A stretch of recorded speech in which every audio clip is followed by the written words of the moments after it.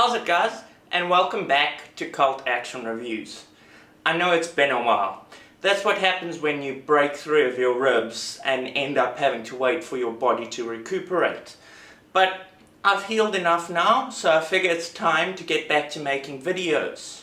And I've got a great one for you today. What's the best twist in cinema history? Saying that usually brings to mind films like The Usual Suspects or The Sixth Sense. But I'll bet that you've never heard of this film that I'm going to cover today. Its name is Zebraforce. It's from the 1970s and it has one of the most insane twists I've ever seen in a movie. We start as we mean to go on, with the cliches coming thick and fast. This is a mob-run casino, as you can see by the guns and the terrible fashion, and the fact that all the mobsters in this film talk like 1930s gangsters. One of these dummies gonna learn that we can't take any chances. Fix ain't as easy with the coppers here like in Detroit. Edward G. Robinson would be rolling his eyes at how these guys talk. You ought to have better sense than to hire a couple of outside yaps. You hire these mugs, they miss, now you're through. But then after some jibber-jabber from the mobsters that'll have you laughing, we get an exciting opening. Boom! In come the Zebraforce.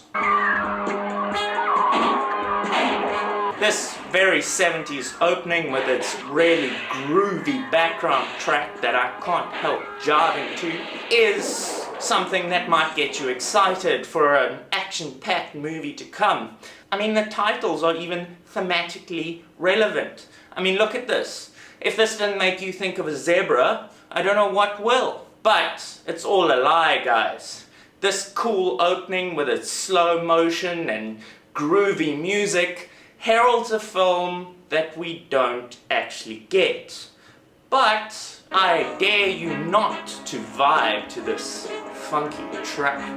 As the Zebraforce busts in and starts shooting people left and right, they start to round up all the civilians. And it's such a terrifying thing that this poor fellow is frozen in fear. He ain't moving an inch. After lots of shooting and some slow-mo action, the Zebraforce rounds up all the civilians, puts them in a room, steals the cash, and books it out the door. And we've just been introduced to our heroes. Except our heroes aren't exactly what they appear to be. Special mention goes to the mobster that calls his boss and starts whinging about how his boss needs to pick up the phone before the phone is even rung yet. Come on, answer the phone. And also check out this cop, who obviously wanted to be in aviation. He wanted to be a signal guy who directs planes, but sadly his dream was never fulfilled, so he has to make up for it here.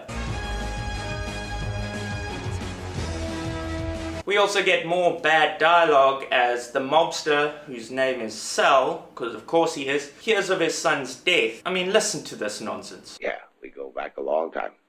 Come a long way together, haven't we, Charlie? I told you to keep a special eye on Gus, didn't I, Charlie? Yes, Sarge, I think he's dead, but I'd better keep an eye on him in case he rises from the dead, like a zombie. I told you there were 8 black guys. And here is where the title comes into play, and we learn the true secret of the Zebraforce. They're not 8 black guys. They're 8 white guys in black masks. It should be noted here that this isn't white actors blacking up to play black guys in the raids on the mob. They've actually cast black actors as the white guys wearing masks. You look smart, guy. Don't give the lieutenant any lip. The Zebraforce's justification for this is, since the mob is looking for black guys, they won't look for the white as snow Zebraforce. Guys are going to be looking for black guys, and here we are, white as ivory snow. Excellent plan, as I'm sure you'll agree. This guy with the voice box is a lieutenant, the leader of the Zebraforce. And now we get a flashback to the Zebraforce in Vietnam. And they're a crack team of combat specialists. If you have a problem, if no one else can help, and if you can find them, maybe you can hire... This is a very long, boring scene, the gist of which being the Zebraforce was in Vietnam. And the lieutenant, despite being a crack special forces commando, wanders around and steps on a landmine and blows himself the heck up in a very artfully filmed slow motion scene. Goddamn landmine! The lieutenant's been hit! It's also painfully obvious that this was filmed in California somewhere. Ah yes, don't you miss the 70s? When the nurses used to light your cigarettes for you in your hospital bed. Apparently, the lieutenant was in hospital for 18 months, and during those 18 months, he came up with this genius plan of having his guys pretend to be black to take money from the mob. The fact that it took him 18 months to come up with this is friggin' ridiculous. You'd think a couple minutes in a room with a lot of beers and a napkin would have sufficed. I know you have all heard this before, but I'm repeating it to let you know how important our operation is to us. And although the Zebra Force obviously knows the plan, the audience doesn't. So the lieutenant has to reiterate what his plan is to the most 70s looking group of men I've ever seen in my life. Honestly, these guys look like they just stepped out of a porn shoot. We also get an idea of the loyalty of the Zebra Force to their commanding officer. They'll follow him to hell and back. We feel that we owe our lives to you, so whatever danger that we may encounter will be no sweat. Which turns out to be a very bad idea. And that's some subtle foreshadowing for you. And here we have a scene that makes no sense. This film is filled with scenes like this, where characters walk around, nothing is established, they talk to each other, they don't do anything interesting. There was a lot of times during this movie that I sat there wondering what the heck was going on. But you can safely skip through these moments to the points where the Zebra Force strike, like this. This time for drug money and the drugs themselves. The drugs, you say? Aren't these guys the good guys? Good guys don't do drugs. Well, later on they do say this. Why should we let it go to waste like that? I would rather see it wasted like this than wasting people's lives. So they may be thieving, murdering, and taking stuff from known criminals while blowing them the heck out of the universe, but they pour drugs down the toilet. So you know these are our heroes. One thing you'll also quickly learn is that this movie has no real characters. It just has people that do stuff. The only reason I remember the lieutenant is because he has a striking visual image and he uses a voice box. No one else in this movie is memorable. You'll also come to realize that every time the funky music starts up, that means there's gonna be an action scene. Well, I say an action scene, I mean a bit of action. This movie is really poorly filmed and paced. It's paced like a slug dragging a brick across the desert. It takes forever to get anywhere, and when it gets there, it's not really worth the wait. We do, however, get a scene that someone thought was cool, with the Zebra Force stealing the money on bikes and then driving those bikes straight into the back of a truck. Here we get the motives of the Zebra Force. Their motive is money. Lots of money. It comes to a little better than $250,000, gentlemen. And they got 2 more jobs to pull before they have enough for all of them to live comfortably. I would like to tell all of you gentlemen again, we're not in this to hurt society, but to help rid society of some of its scum. A side benefit is that they're not hurting society, but they are hurting the mob, which, in their opinion, helps society. I guess it's kind of true that if you hurt the mob, you help society a little bit, but I don't think these guys can take the moral high ground at all. Every time the mob guys are on screen, you can feel the gritty realism, the absolutely insane amount of research the writers must have done to come up with this excellent, pitch-perfect dialogue. Wait a minute, Carmine. I run things out here. And I say he's all right. He's like a son to me. And you also get scenes like this, where these guys are obviously being given cues from behind the camera by the director. Your line. When the lieutenant poured all that stuff down the toilet the other day, it got to me. Now your line. You know, if the lieutenant hadn't found you and cleaned you up, you'd probably be dead now. Now yours. Listen, guys, cut out the chatter. Such great acting.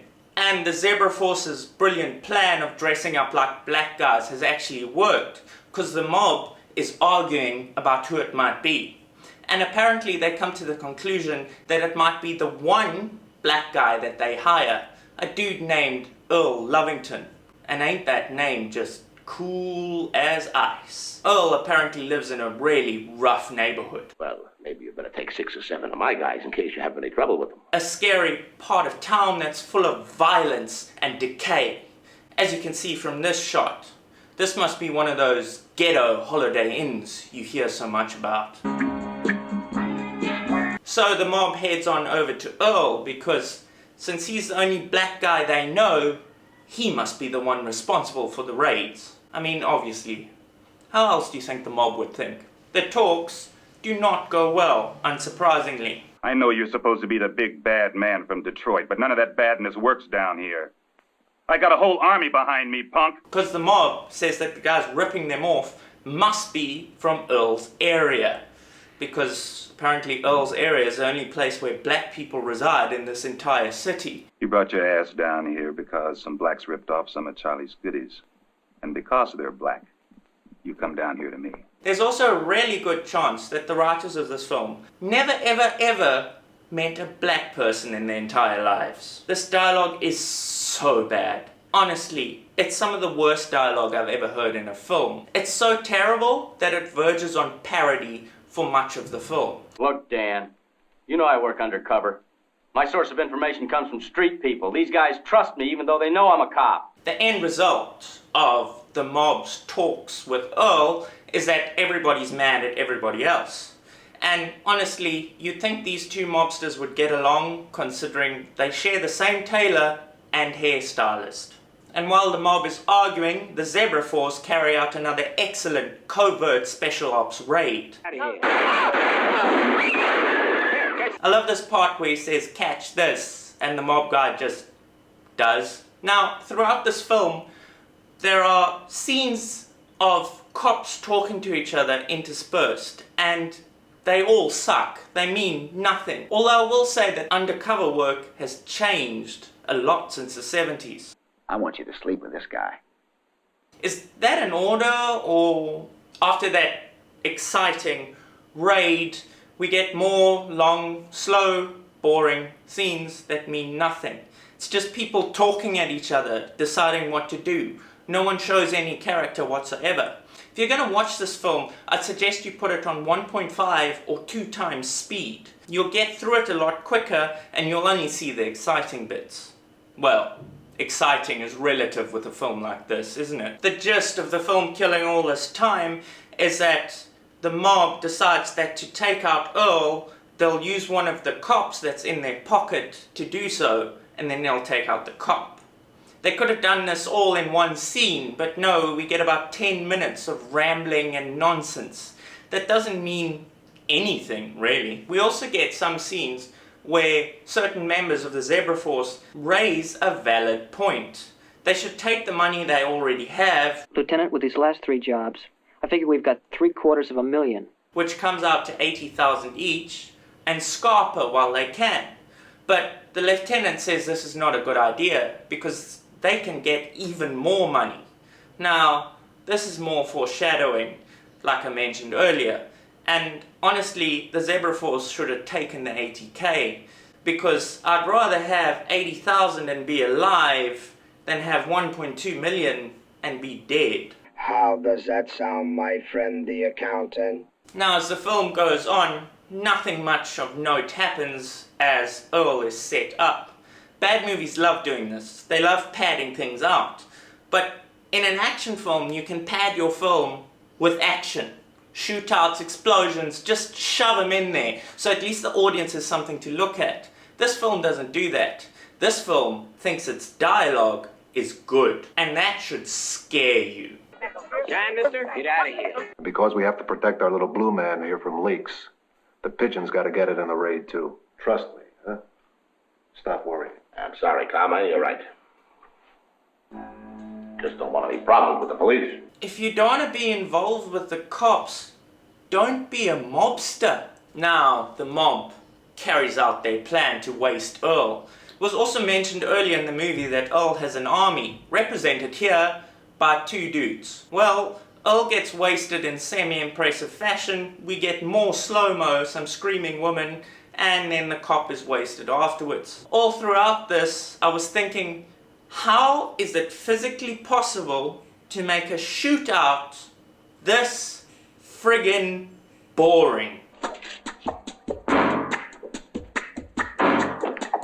I have to ask the director of Zebra Force that question. We also get this incredible bit of dialogue from the lieutenant. You all know the plan. If we have to leave someone behind, we must. Yeah, because crack commando teams are well known for leaving their guys behind to die. I think the Navy SEALs' motto is just leave the dudes that get shot in the leg behind and run like hell so that you can survive. Obviously, the Zebra Force's plan is to knock off the mob's house. But here's something that really confused me. How the hell did these guys get on the roof? I mean, usually guards in movies are stupid. They have to be for the heroes to come up behind them. But here, how the hell were these guards supposed to know that their enemy can fly? So all the guards get knocked out, and another question is raised. How did this friggin' van get through the gates and onto the property without being noticed? Everybody, drop your guns.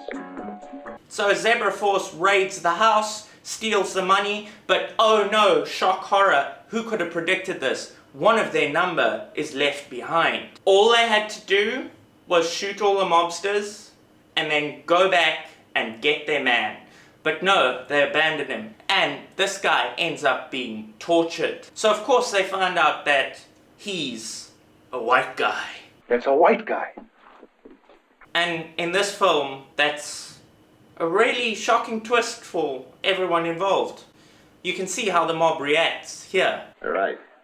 Lousy white guy. Again, sterling acting from these guys. Operational security means nothing to this crack commando squad.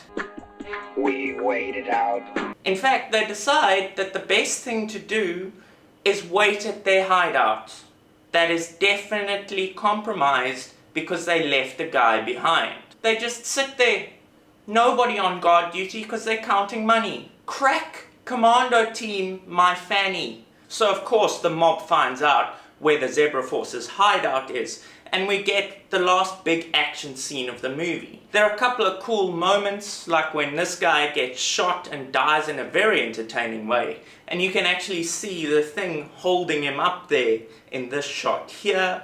There's lots of slow-mo, there's more funky action music going on in the background, and lots of shooting. And literally almost all the Zebra Force members die.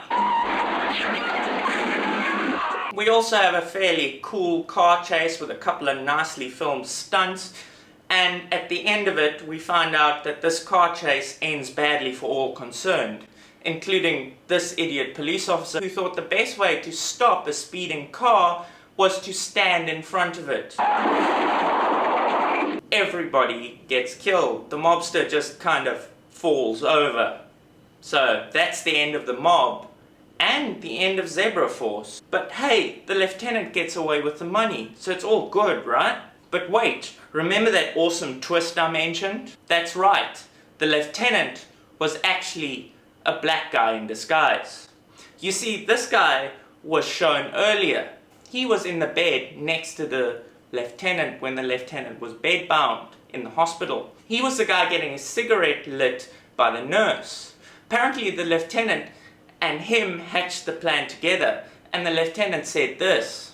You're going to have to take over.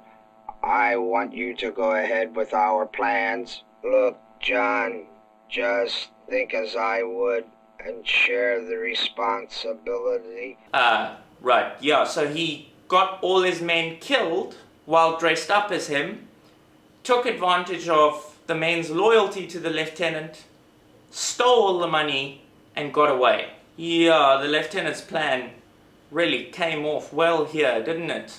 Well, at least this dude gets away. I suppose. And that's Zebra Force, a film with one of the most shocking twists in movie history. Boy, black is beautiful, baby. Now, don't get me wrong, this film has a couple of fun moments and a ridiculous premise that, if done in a more tongue-in-cheek way, might have worked. But most of this film is just people talking to each other with zero character development, with some of the worst dialogue I've ever heard in my life. That's a white guy. And some of the most boring friggin' scenes I've ever had the displeasure of sitting through. If you want to watch this for the fun parts, you can find it on YouTube. All you got to do is put it on 1.5 or 2 times speed and you can get to the good parts without having to sit through the rest of this dreck. But you know what? This film was successful enough to spawn a sequel years later, so what do I know, really? And I hope you enjoyed my review of Zebra Force. I'm so sorry I was gone for such a long time, but injuries will do that to you. I'm hoping that I can make more cult action reviews and actually keep to a proper schedule from now on. I want to make this channel a success, and I really enjoy doing this content and enjoy hearing what you guys have to say about it. So let's hope I can grow the channel to something cool that you guys will enjoy watching and I'll enjoy making. So until next time, guys, keep watching action movies. All right. Lousy white guy.